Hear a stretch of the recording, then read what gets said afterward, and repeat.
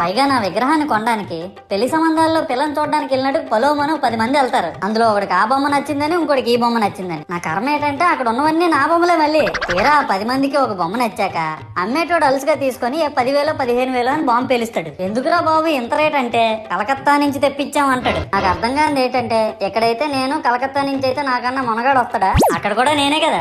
ఇలా నన్ను బజార్లో పెట్టి బేరం ఆడి నా మొహానికి ముసుగేసి వ్యాన్ ఎక్కిస్తారు. ఆ వ్యాన్ డ్రైవర్ గాడు నేను ఉన్నానని కూడా చూడకుండా ఏదో ఆలోచించుకుంటూ డ్రైవ్ చేస్తా గతకల్లో గబ్బి గుబ్బి అని తించేసి నా కాల్లో చెయ్యి ఎరగొట్టేస్తాడు. ఈ విషయం చందాలు ఇచ్చిన చిన్నోళ్ళకి తెలిస్తే మళ్ళీ ఇరిగిపోయిన బొమ్మ పెట్టకూడదని ఏ బొమ్మ రాసి కవర్ చేసేస్తారు. సరేలే జరిగిందేదో జరిగింది, నా భక్తులే కదా కూల్ బ్రో అని చిల్లయ్యే లోపు నన్ను పందిర్లో పెట్టి ముసుగు తీసి నాకన్నా పొడుగున్నే సౌండ్ బాక్సులు 2 నా చెవులు పక్కన పెట్టి డీజే గణేష్ బ్రో అని చెప్పి నా పాటలను కూని చేస్తారు. సరేలే పిల్లలు కదా ఇప్పుడు కాకపోతే ఎప్పుడు ఎంజాయ్ చేస్తారు, కాసేపట్లో పూజ స్టార్ట్ చేస్తారని వెయిట్ చేస్తా ఉంటే ఆ 5 రూపాయల వ్రతకల్పన బుక్ చూస్తే అది ఎక్కడ